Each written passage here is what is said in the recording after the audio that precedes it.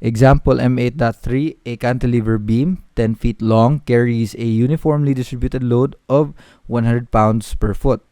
The beam is constructed from a 3-inch wide by 8-inch deep wood timber that is reinforced on its upper surface by a 3-inch wide by 0.25-inch thick aluminum plate. The elastic modulus of the wood is 1,700 ksi, and or that is kilopounds per square inch rather, and the elastic modulus of the aluminum plate is 10,200 ksi.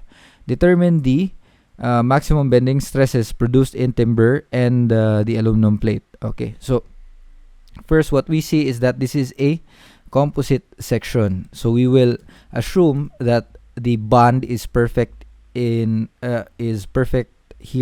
at the interface of the timber and the plate, so as to ensure one uniform action of the bending of the beam. Okay, so what we have to do here is, since this is stiffer, okay, we have to transform this plate into wood. Okay, so we can only do that by first determining the modular ratio. Okay, so the modular ratio is E transformed over E base or E reference. Okay, so that is 10,200 over 1,700, and that will be approximately be 6. Okay, so we always want to round off our modulus of elasticity to a whole number. Okay, that way it's easier for us to calculate. Okay, so with the transformed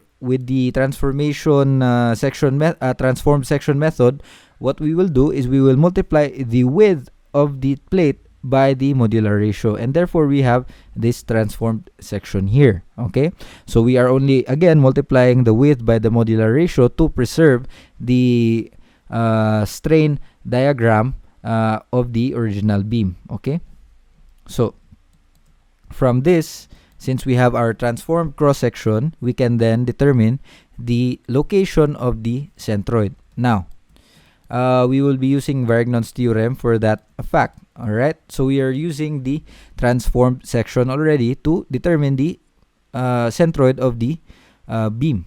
And you will see that it is skewed up, or it is shifted up a little bit, the centroid of the cross section. Okay, because in the cross section it's only 8, right? So we would assume that it's somewhere here close to 8, but no, it has been shifted upwards. Okay, because of the transformed section. Okay, after all, the centroid of the cross-sectional area is a function of the cross-sectional is a function of the cross-sectional area itself. So where the amount of cross-sectional area is larger, the centroid will tend to gravitate towards that point. Okay, and so we find that y bar with respect to the reference axis at the bottom here is 4.6513. Okay, now we will be determining the moment of inertia with using the parallel axis theorem by transferring our reference axis to the location of the centroid. Okay, so here we have the I think we already discussed this in previous examples. Okay, so what we'll be going over is the moment of inertia here for the area, for the individual area, and the distance. Okay, so what we have here, all right, that's for area 1. Area 1 is this, that is 3 times 8 cube over 12. Okay, 3 times 8 cube over 12, and then we have 18 times 0.25 cube over 12. So 18 times 0.25 cube over 12, and we have the distance from the centroid of the beam to the centroid of the discretized area. So it's from here, 4.6. The centroid of this area is somewhere here. Okay, it's somewhere here, and the centroid of this area is somewhere here. All right, so our y sub 1 effectively is this length right here. Okay, this is y sub 1, and our y sub 2 is this length right here. Okay, so what we have for y sub 1 is, this is essentially 4 inches, right? So that is 4.6513 minus 4, and then for y sub 2, that is 3.5987 over minus rather 0.25 over 2, because it's supposed to be at the center of this height here. Okay, and that's what you see here. So the moment of inertia with respect to the z-axis is 192.5 inches to the 4. Okay, so next, since we're given a loading diagram, we have to determine the maximum moment. Now, the maximum moment for a cantilever beam will always be here at the support. Okay, so the maximum moment is WL squared over 2, and that will yield negative 60,000 pound-inch. Okay, now this is from this diagram here. This formula is from this diagram here, where we have a uniformly distributed load here.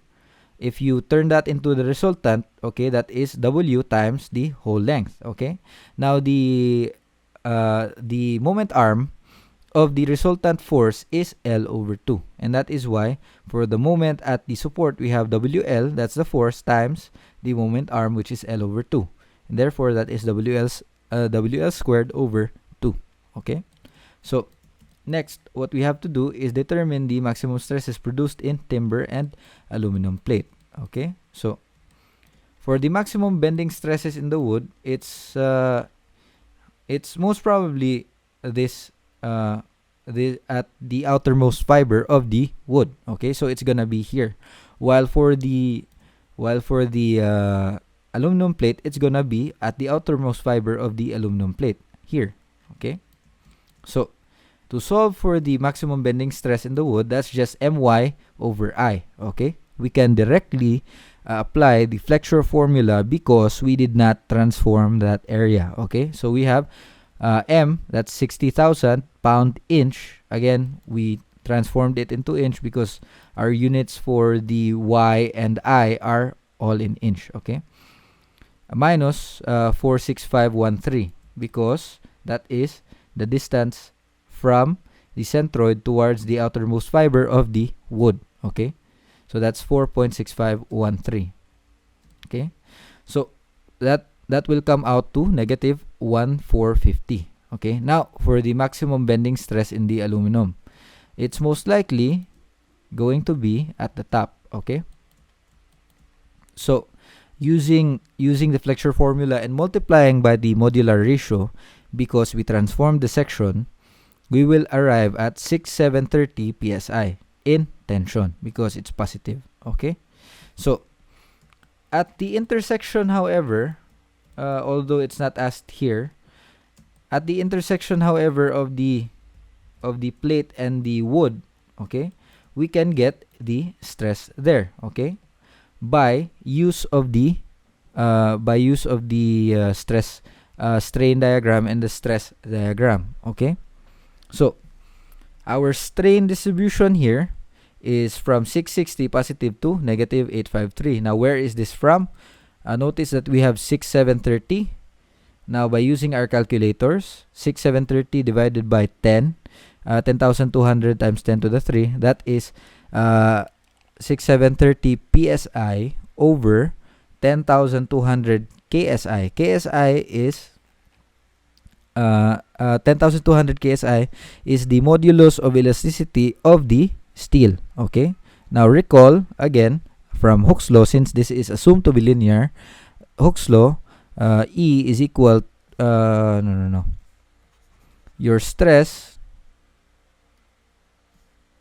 your elastic modulus is just equal to the ratio of your stress over your strain. Okay, so to get the strain, that's just the stress over the elastic modulus. Okay, so for the strain at this point, it's just the stress at that point divided by the modulus of elasticity of the aluminum. Okay, and that will yield approximately 660 micro strain. Okay, So next, for the lower part, that's negative 853 microstrain, because that is again the stress at that point, which is 1450 over the strain, the modulus of elasticity at that point, which is, based on the example, 1700 ksi. Okay, so that is 1700 times 10 to the 3. Okay, because that is in ksi, this is in psi. So we have approximately, okay, approximately 853 microstrain. Okay, negative. Right. So to get the bending stresses at the intersections of the two materials, notice that we have one value for strain at that point. Okay, now you can get this value for strain at that point by using the stress strain diagram here, and by using the similar triangles. Okay, so since we know that this is 3 point, what's that again, 3.5987. okay, since we know that this is 3.5987, and we know that this is approximately 3.5987 minus the thickness of the plate, that's 0.25. okay, you can have you can by similar triangles have 660 microstrain over 3.5987 equals the strain at this point. Okay, so let's say strain at that point is equal to 3.5987 minus 0.25. You should be able to arrive at approximately 614 microstrain. Okay, so by Hooke's law, to get the bending stress at that point, okay, you can apply Hooke's law and just multiply the strain, okay, the strain by the modulus of elasticity of either the wood or the steel. Now both will not be the same, okay, as shown in this bending stress distribution right here. Okay, for the wood it's 1044, and for the plate it's 6260. Okay, that is because of the transformed section method. If you look at it closely, okay, 6263 divided by 6 is just approximately 1044. Okay, so again, because of the transformed section method, the stress in the transformed section is greater by a multiple of the modular ratio. Okay, so just don't get flustered when you're supposed to get the bending stress at the interface. Okay, because the stress in the base material will always be smaller than the stress in the transformed material. Okay, so effectively we have determined the maximum bending stress in the wood and the aluminum, and we have shown the bending stresses in both the wood and aluminum at the interface of the wood and aluminum plate, of the wood beam and the aluminum plate.